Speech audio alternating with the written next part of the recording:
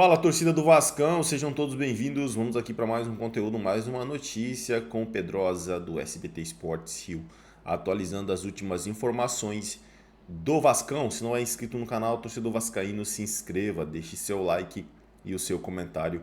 Isso faz uma enorme diferença para a gente aqui dentro da plataforma. Agora, sem mais enrolação, pessoal, bora pro conteúdo que tá bem legal. As últimas informações do Vasco. Deixar esse treino aberto. Olha só, Pedrosa, os jogadores do Vasco terão 10 dias de folga. Então isso faz parte do planejamento do clube durante a pausa da Copa do Mundo de Clubes. Rodou. A janela durante a Copa do Mundo de Clubes será agitada no Vasco.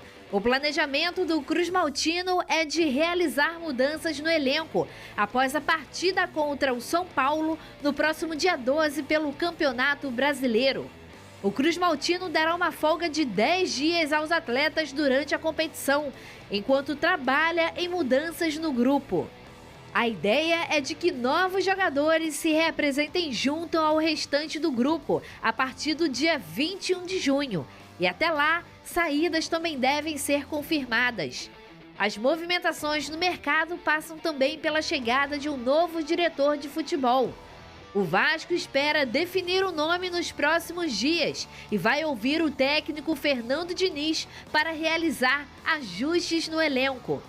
O time de São Januário está na 15ª posição do Brasileiro com 10 pontos, mesmo número de pontos do Fortaleza, que é o primeiro time da zona de rebaixamento do campeonato.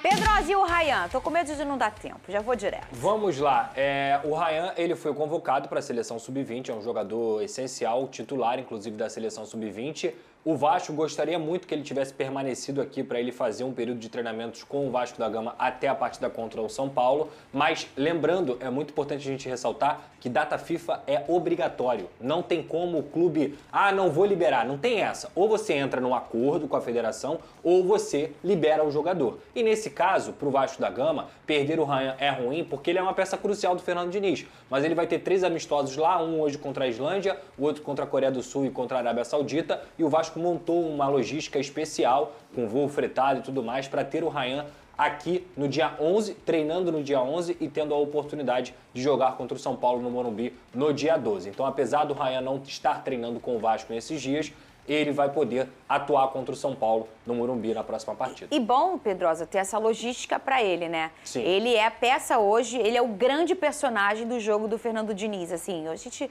tem outras peças importantes, que é muito coletivo o jogo dele, mas ele é o cara que mais aproveitou, vamos dizer, essa era Diniz. É o que mais cresceu. É o que mais cresceu, essa é a palavra. Sem o que mais dúvida. cresceu. É o que mais cresceu e, para mim, é um jogador que, a cada momento, a cada jogo que passa, ele vai se tornando um atleta com mais confiança. Porque futebol, eu sempre falei isso aqui, talento o Ryan sempre teve. O que faltava, às vezes, era uma chacoalhada mesmo, de, cara, acorda, você tem que fazer isso, você tem que fazer aquilo, você tem que evoluir sem a bola, e ele tem evoluído a cada momento. E sobre a folga, eu até assisti uma entrevista do Luiz Henrique falando sobre isso. As pessoas às vezes confundem.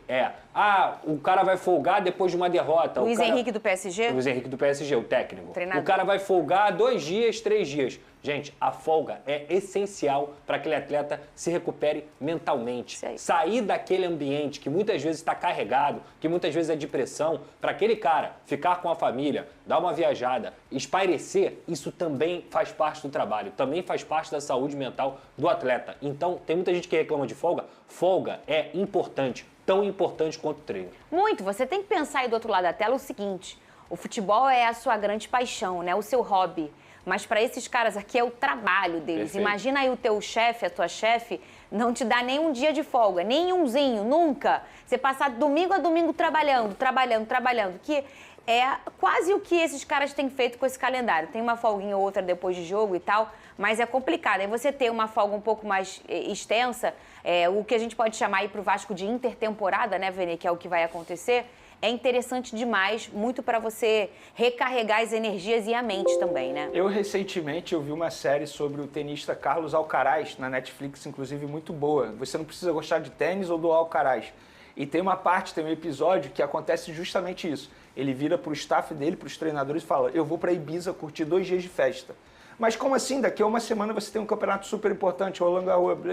é muito importante. Eu vou para Ibiza, eu preciso desses 2 dias porque eu estou surtando. Ele foi para Ibiza, curtiu 2 dias de festa e foi campeão no campeonato. Por quê? Ele estava mais leve na concepção dele. Pedrosa. Isso aí, Pedrosa, Vinícius. Sou eu. Qual é a série de quem que você falou? Carlos Alcaraz, o tenista. Inclusive, Isso aí é tua série. final de semana, eu vou ficar sábado e domingo lá em Ilha Grande. Aí, viu? A Ibiza do Pedrosa. Porque eu tô chegando no meu limite. Ilha Grande, a Ibiza de Lucas Pedrosa. Verdade. Olha aí, É ó. mais bonito que Ibiza. É, eu também inclusive. acho. Mário Bittencourt fez uma breve análise do time do Fluminense para a Copa do Mundo de Clubes. Rodou. Não vamos nos iludir de que serão confrontos fáceis, é um grupo difícil, né? E obviamente que nós vamos lá para tentar passar as oitavas de final. E passando para as oitavas de final, é engraçado, né? Posso dar uma Eu vou dizer a informação você que eu importante do acho, não é Flamengo? que seja mais difícil, mas depois que você passa para o mata-mata, Aí é o nas mata-mata, oitavas, né? Aí é o mata-mata. É. Então eu É tenho... outro campeonato. É isso aí, torcida do Vascão. E vamos aqui para mais uma notícia, pessoal. 777 Partners é forçada a leiloar ações em clubes. Vasco se defende com liminar. A empresa está em crise financeira e venderá todas as ações que detém em clube. A 777 Partners será forçada a leiloar as ações que detém no Vasco. O grupo, afundado em problemas financeiros, venderá os títulos que tem como posse em um evento previsto para acontecer nesta sexta-feira em Nova York, nos Estados Unidos. A informação é do portal Josimar Futebol. Além do Vasco, estarão à venda as ações em outros 5 clubes: Genoa da Itália, Sevilha da Espanha, Standard de Ligue da Bélgica, Red Star da França, Hertha Berlim da Alemanha e Hertha Berlim da Alemanha. Os licitantes estarão presencialmente ou online para fazer as propostas pelas participações nas instituições. A 777 era financiada pela seguradora Nova York, a ACAP, que ajudou em alguns investimentos dentro e fora do futebol.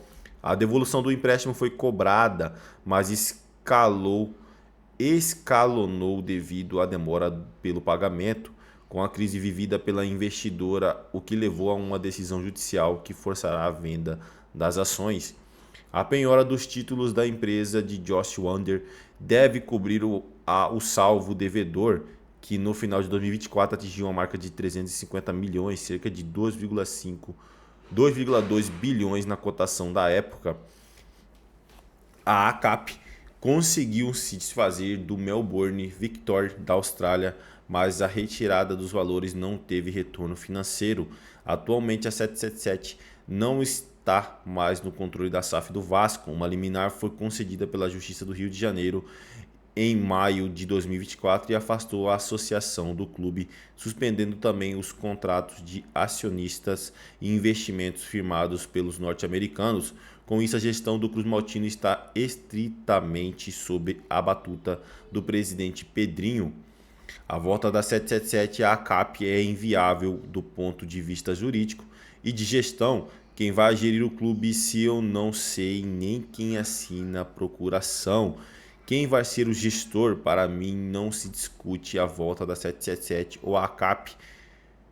O que vai se discutir é perdas e danos. Eles vão falar: você acha que o Vasco deve 310 milhões do que a Porter? E vou falar de outro lado: você me deu um prejuízo de 400 milhões, você me deve 100 milhões, disse Felipe Carregal, vice-presidente jurídico do Vasco após a vitória no tribunal. É isso aí, torcida do Vascão. Que problemaiada envolve o Vasco, né, cara? Se não é inscrito no canal, se inscreva, deixe seu like, valeu.